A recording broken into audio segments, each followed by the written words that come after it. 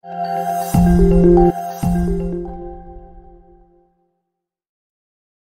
ingin saya sampaikan pada malam ini berkaitan dengan pentingnya bermadhab. Ada sebuah hadis yang menjelaskan bagaimana cara seorang mukmin dapat menjaga hatinya agar tidak tergelincir, tidak terpeleset, dan tidak tersesat. Karena sekarang ini banyak orang tergelincir, orang terpeleset, orang tersesat, itu banyak.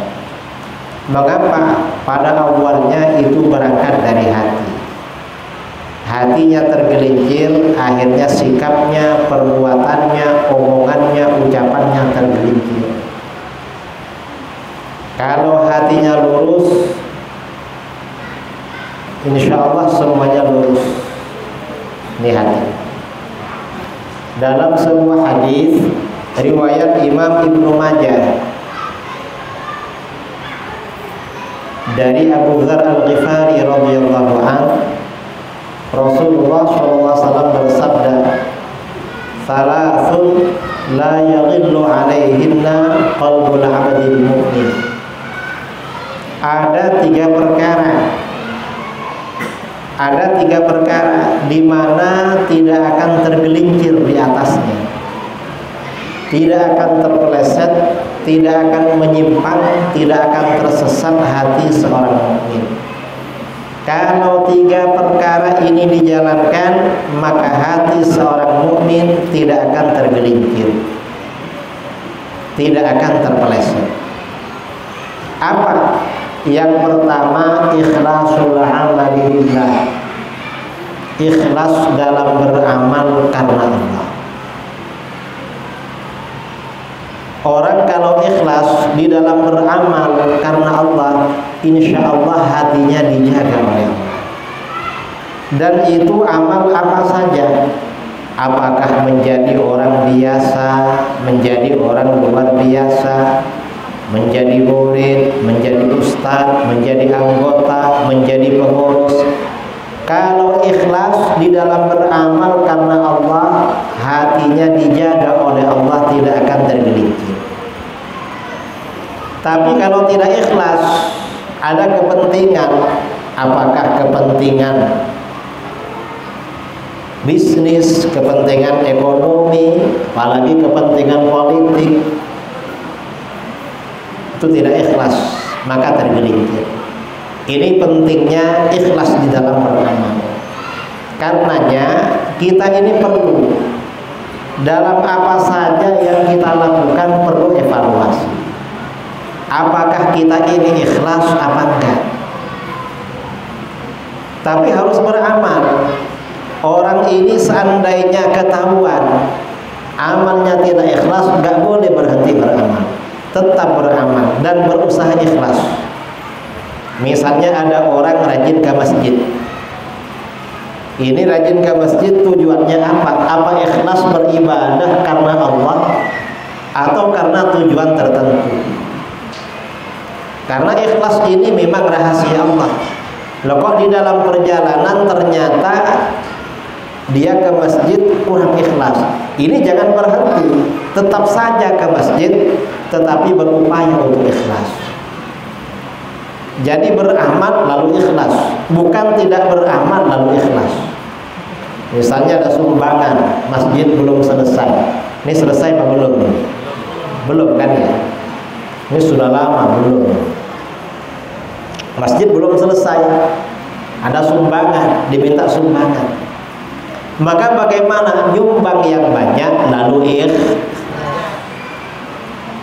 Jadi bukan seikhlasnya berapa, seikhlasnya sebanyak-banyaknya sumbangan, sebanyak-banyaknya lalu ikhlas. Kalau seikhlasnya nanti nyumbangnya 2.000, 5.000. Padahal 2.000 itu kadang bayar parkir dimarahi sama tukang parkir. Dan kalau hilang 2.000 hilang tuh tidak susah orangnya. Itu ikhlas. Dan apa saja orang beramal ini harus ikhlas. Karena kalau tidak ikhlas tergelincir. Orang mendidik anak, membesarkan anak. Apa tujuannya membesarkan anak? Membesarkan anak ini tujuannya agar menjadi orang yang berbakti, beribadah kepada Allah. Itu ikhlas namanya. Kalau tujuannya kepentingan dirinya, ditanya, kenapa kamu rawat anak kamu? Kamu punya anak, kasih makan, kamu besarkan, kamu didik. Mengapa? Lalu bilang, biar nanti kalau sudah tua ada yang merawat. Kalau sudah tua gak kuat jalan ke kamar mandi, ada yang menuntut. Loh, berarti ingin gak sehat ini. Ingin setelah tua tidak sehat lalu dituntut oleh anaknya. Ini gak ikhlas namanya. Gak ada pahala kalau niatnya seperti ini. Orang tua membesarkan anak, mendidik anak, niatnya agar menjadi orang yang beribadah kepada Allah, bukan agar menuntut dirinya. Karena kita ini jangan berharap sakit setelah tua. Oleh Rasulullah SAW dianjurkan berdoa sehat sampai tua. Allahumma matti'na bi asma'ina wa absarina wa quwwatina ma ahyaitana. Dalam doa, ya Allah, senangkan kami dengan pendengaran kami dan pandangan kami serta kekuatan fisik kami selama kami hidup. Orang ini kalau pendengarannya kuat, pendengarannya normal sampai tua enak. Tapi kalau sampai tua pendengarannya gak normal, gak kuat, kasihan cucunya yang berbicara. Mengapa? Dia bertanya A, dijawab sama cucunya, nanti tanggapannya beda. Ini kakek-kakek yang sudah tidak kuat pendengaran. Atau pandangannya tidak kuat. Karenanya kita berdoa kekuatan fisik, kemudian pendengaran, pandangan, berdoa kepada Allah dapat kita nikmati sampai akhir hayat kita. Jangan berharap nanti lemah setelah tua. Ini namanya ikhlas dalam beramal. Nah, kita dalam kehidupan di dunia ini, kiat-kiat di dalam hadis-hadis Rasulullah SAW itu banyak sebenarnya. Kiat-kiat agar kita tidak galau. Apa galau itu? Biar kita ini tidak risau, tidak gelisah. Apa? Salah satunya ikhlas. Artinya apa? Visi misi kita dalam hidup ini yang menjadi obsesi dan tujuan utama kita adalah kehidupan akhirat, bukan kehidupan dunia. Dalam hadis lain sabda Rasulullah SAW, "Man kanatil akhiratu hammahu, ja'alallahu ghinahu fi qalbi." Siapa yang menjadikan dunia sebagai beban pikirannya, siapa yang menjadikan akhirat, maka natil akhiratu hammahu, siapa yang menjadikan akhirat sebagai beban pikirannya, yang menjadi pikirannya akhirat terus. Kalau selesai sholat isya mau tidur, yang jadi pikiran apa? Mudah-mudahan nanti bangun tengah malam untuk sholat tahajud. Nanti bangun langsung kepikiran, loh jam berapa ini? Belum sholat. Akhirnya sholat. Lalu setelah itu pikirannya nunggu sholat subuh. Pokoknya akhirat terus. Pagi-pagi mungkin berangkat kerja. Ada yang ke kantor, ada yang ke kebun, ada yang ke toko, ke pasar, macam-macam. Tapi tujuannya akhirat. Mengapa berangkat kerja? Berangkat kerja menjemput rizki, menjadi bekal beribadah kepada Allah. Visi misinya akhirat. Yang dipikirkan akhirat, anak-anaknya yang dipikirkan akhirat. Gimana anak saya ini? Kira-kira nanti jadi anak soleh apa enggak? Kalau anaknya perempuan soleh apa enggak? Pikirannya itu. Kalau orang yang menjadi visi misi hidupnya, yang menjadi pikirannya itu akhirat, ja'alallahu ghinahu fi qalbi. Allah jadikan rasa kaya di dalam hatinya. Hatinya ini oleh Allah diberikan rasa kaya. Maksudnya rasa kaya, orang ini tidak gelisah, tidak galau, tidak risau soal rezeki. Mengapa? Karena visi misi hidupnya yang menjadi obsesinya, yang menjadi beban pikiran utamanya adalah kehidupan akhir. Dan rata-rata orang begitu, orang yang ikhlas itu gak takut biasanya, santai. Walaupun uangnya tinggal sedikit, pasrah pada Allah. Besok datang lagi, nanti waktunya datang, santai. Ini orang yang pikirannya akhirat terus. Nah, kita ini perlu evaluasi. Kira-kira yang menjadi beban pikiran kita itu dunia apa enggak? Kalau yang menjadi pikiran kita, yang menyebabkan kita galau ini soal dunia, berarti pikiran akhiratnya kurang atau enggak sama sekali. Kalau yang menjadi beban pikirannya soal dunia, berarti pikiran akhiratnya kurang.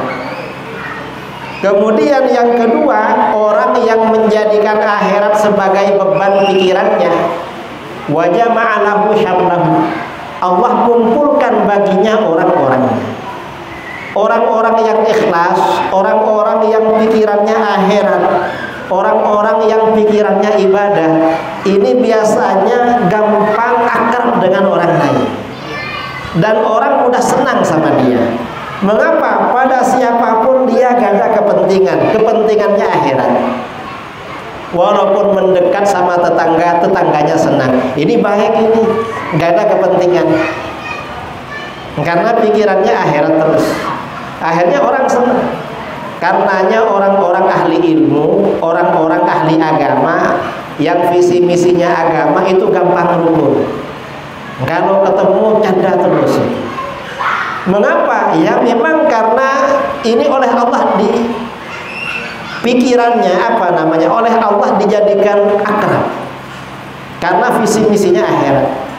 Kemudian lagi yang ketiga, orang yang menjadikan pikirannya itu akhirat, yang menjadi beban pikirannya akhirat terus, wa atathud dunya wa hiya raghimatu. Dunia datang kepada dia dalam keadaan hina. Maksudnya hina bagaimana? Dunia ini datang pada dia tidak melelahkan pikirannya, santai. Kadang-kadang dia gak mau, kasihkan orang lain, kasihkan. Tapi bukan saya ya. Gak mau kan? Hina sekali dunia ini. Ini orang yang menjadikan akhirat sebagai beban pikirannya. Dan ini penting dalam kehidupan. Kita ini perlu evaluasi apa yang selalu menjadi beban pikiran kita. Dan cara evaluasi terbaik apa yang menjadi pikiran kita adalah dalam sholat. Kira-kira begitu kita takbir, yang diingat apa dalam sholat? Biasanya yang diingat itu visi-visi hidupnya. Kalau orang ini visinya akhirat terus, khusyuk sholatnya. Tapi kalau pikirannya politik, pikirannya bisnis, orangnya ada di masjid menghadap kiblat, Allahu Akbar, hatinya ada di toko, hatinya ada di kebun, hatinya ada di bank, hatinya ada di pasar, di mana-mana. Ya karena memang visi misinya dunia. Nah, sebaliknya di dalam hadis ini, wa man kanatid dunya hammah, siapa yang menjadikan dunia sebagai beban pikirannya, sebagai pikiran utamanya, sebagai obsesinya, sebagai cita-citanya dunia terus. Ja'alallahu faqrahu baina 'ainaihi. Allah jadikan fakir di antara kedua matanya. Maksudnya Allah jadikan kefakiran di antara kedua matanya apa? Pikirannya itu dunia terus. Dapat ini masih kurang lagi, dapat ini kurang lagi, dapat ini kurang lagi, dan gampang terkejut. Nanti ada harga naik, aduh gimana bisnis saya? Takut terus. Nanti kalau dia jauh dari rumahnya susah, galau. Mengapa? Takut rumahnya tidak aman. Takut gak aman rumahnya. Mengapa? Di rumahnya banyak uangnya dan takut uangnya hilang. Gimana? Gak tenang hidupnya. Jadi fakir terus. Orang ini, dunia ini kalau dikejar itu gak bisa mengejar. Orang mengejar dunia itu seperti mengejar bayangannya. Ke barat terus ikut ke barat, gak pernah berhenti. Punya motor, dulunya sebelum punya motor, setelah menikah ingin punya motor, akhirnya beli motor. Dulu sebelum punya motor kata pikirannya coba punya motor enak ini. Akhirnya oleh Allah dikasih motor. Setelah punya motor pikirannya beda lagi. Ini kayaknya yang enak punya mobil, walaupun jelek-jelek, Cherry atau apa. Setelah punya Cherry berubah lagi pikirannya. Ini kayaknya kalau punya Avanza enak.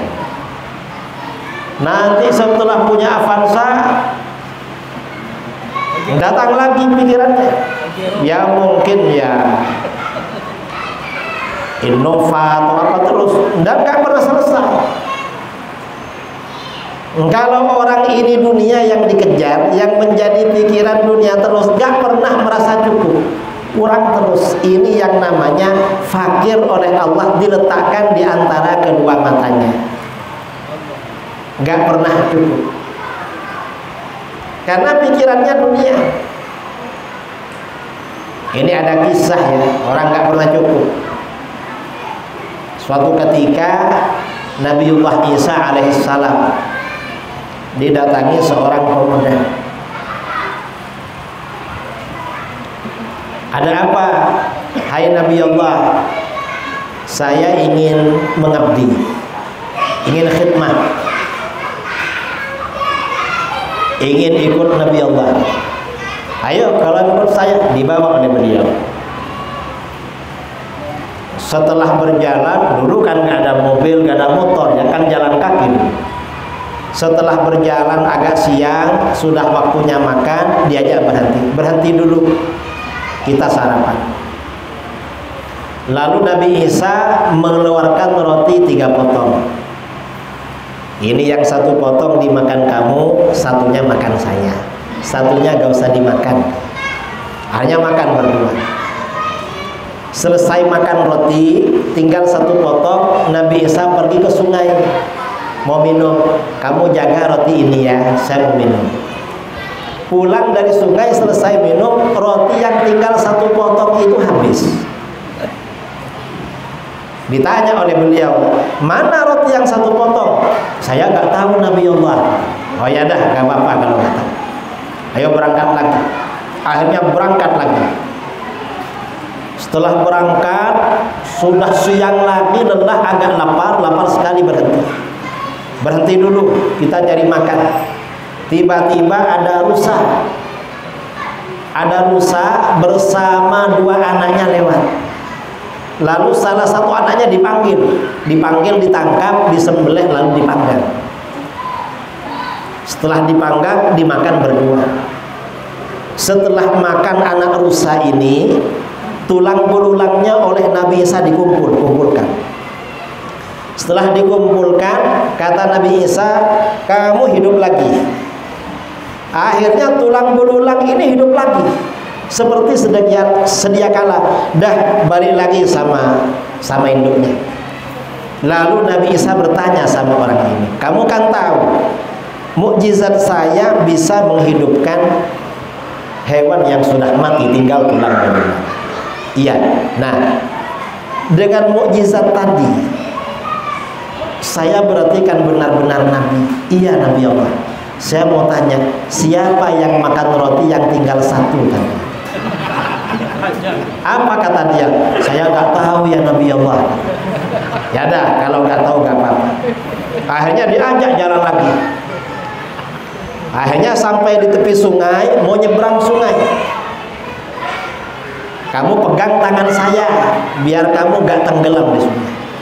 Karena berpegangan dengan tangan Nabi Isa, orang ini dan Nabi Isa dan orang ini dapat berjalan di atas air.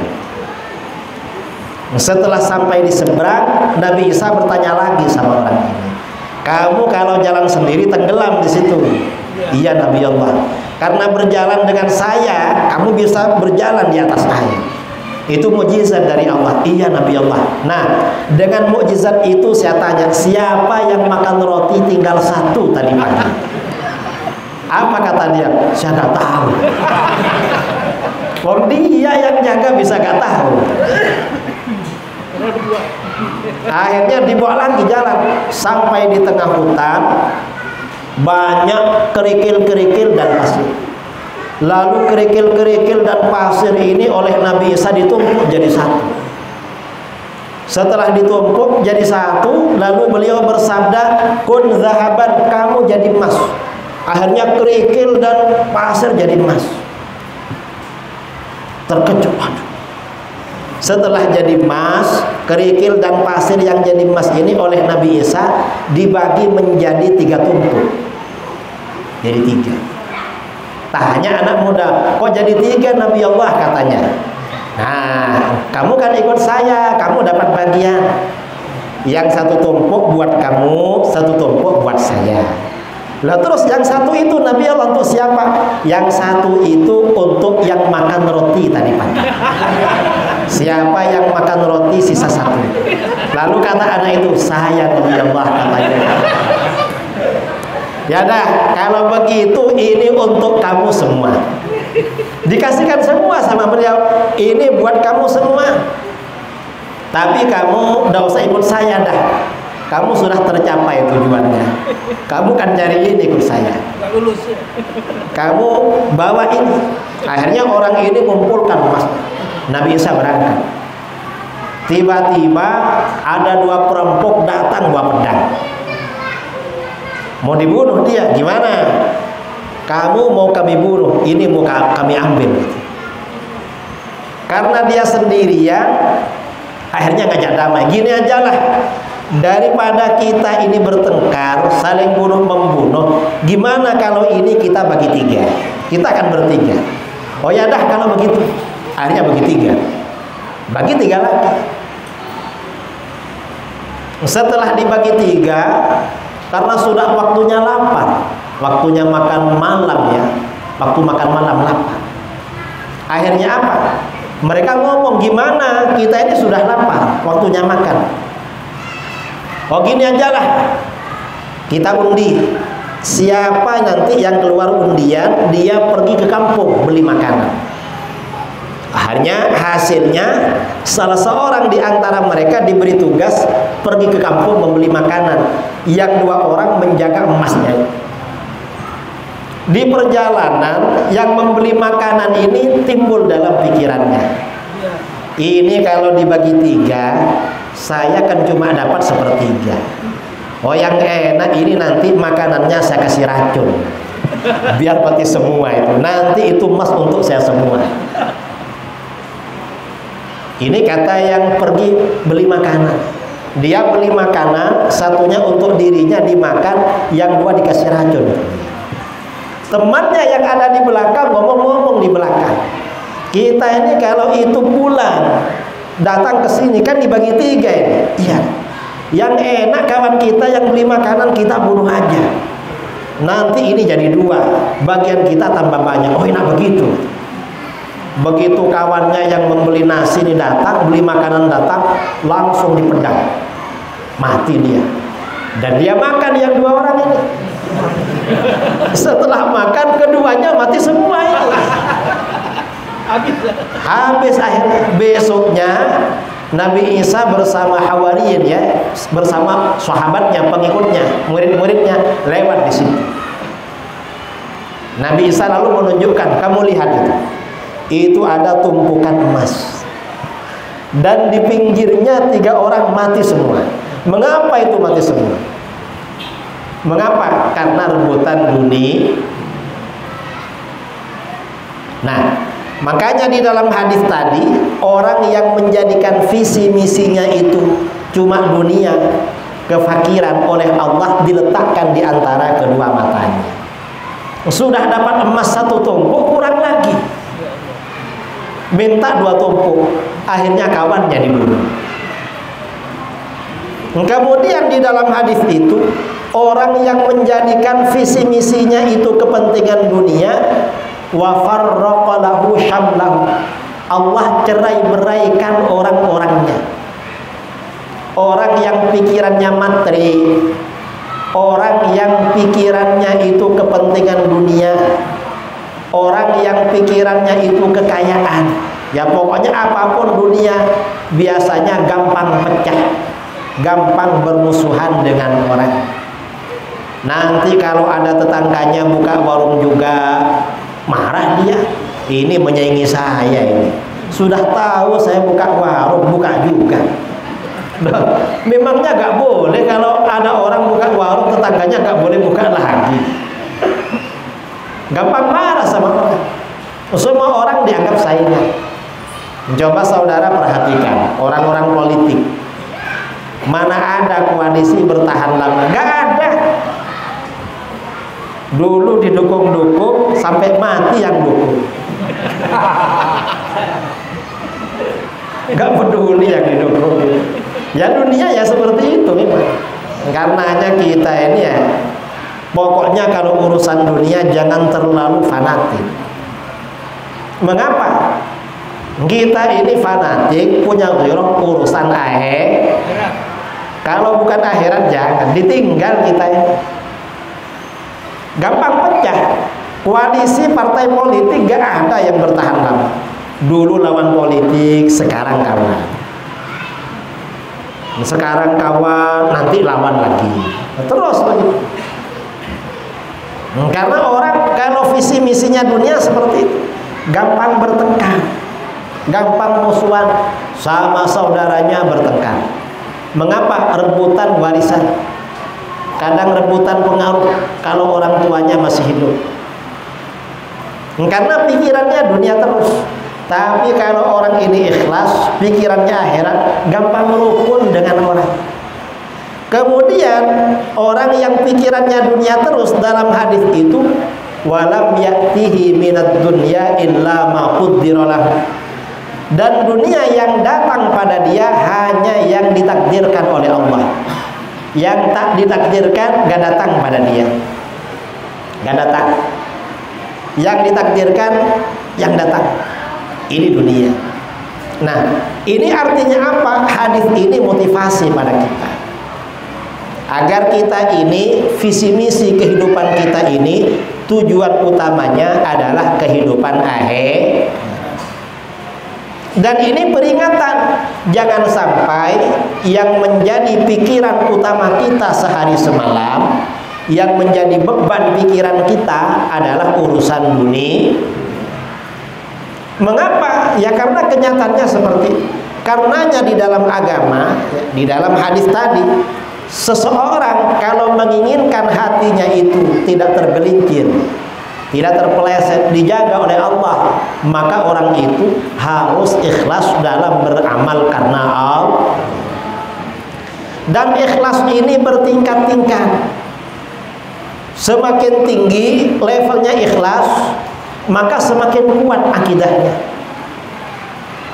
Ikhlas yang level tertinggi, level pertama apa? Ada orang bertakwa, beribadah kepada Allah. Tujuannya apa? Karena dia mengagungkan Allah dan karena dia mencintai Allah, bukan karena apa. Ini ikhlas namanya. Orang ini beribadah, bertakwa bukan karena ingin masuk surga, bukan karena takut neraka, tetapi karena merasa Allah ini berhak untuk disembah. Kita harus beribadah pada Allah. Ini ikhlas paling tinggi. Ini ikhlasnya orang-orang besar ya, seperti Rabi'ah Al-Adawiyah, ulama-ulama salaf. Ini bukan kita yang ikhlas seperti ini. Ini ikhlas paling kuat. Artinya apa? Seandainya Allah tidak menciptakan surga dan neraka, orang ini beribadah, bertakwa. Ini level paling tinggi. Ada level di bawahnya. Apa yang di bawahnya? Ada orang beribadah, bertakwa, bersedekah, beramal baik. Tujuannya apa? Ingin masuk surga dan takut neraka. Ini kata para ulama sufi disebut dengan ikhlasul tujjar. Ikhlasnya para pedagang. Saudara pergi ke warung, beli barang ini. Berapa harganya? 5.000. Nah, yang jualan ikhlas ngasih ini. Mengapa? Karena dapat uang. Yang menyerahkan uang ikhlas karena dapat barang. Coba gak dikasih, gak mau ngasih dia. Ini ikhlas level 2. Nah, ikhlas kita ini apa yang kedua apa enggak? Sepertinya belum kedua. Di bawahnya lagi. Apa di bawahnya lagi? Ada orang beribadah, bertakwa, rajin bersedekah, rajin beramal sunnah. Tujuannya apa? Agar hidupnya di dunia sejahtera. Dia ikhlas kepada Allah, cuma harapannya di dunia agar sejahtera. Mengapa? Karena ada ayat Al-Quran. Wa may yattaqillaha yaj'al lahu makhraja wa yarzuqhu min haitsu la yahtasib. Barang siapa yang bertakwa kepada Allah. Bertakwa itu artinya melaksanakan semua perintah Allah, menjauhi larangan-larangan Allah. Maka Allah menjadikan jalan keluar baginya dari setiap kesulitan. Setiap ada kesulitan, ada jalan keluar. Dan Allah akan memberinya rizki pada dia dari jalan yang tak disangka-sangka. Akhirnya orang ini rajin ibadah. Mengapa? Ingin hidupnya di dunia sejahtera. Ini namanya ikhlas paling rendah. Ini paling lemah ini. Level 3. Nah, kita ini walaupun ikhlas kayaknya ini rajin berjamaah, rajin ini. Mengapa? Karena tahu, wah itu gak sholat itu gini, makanya hidupnya sengsara di dunia. Dia gak mikir besok di akhirat. Akhirat apa kata besok? Yang penting di dunia enak. Ini pikiran masyarakat sekarang banyak seperti itu. Dan ini ikhlas yang level 3 ini berpotensi untuk tergelincir. Potensinya kuat untuk goyah.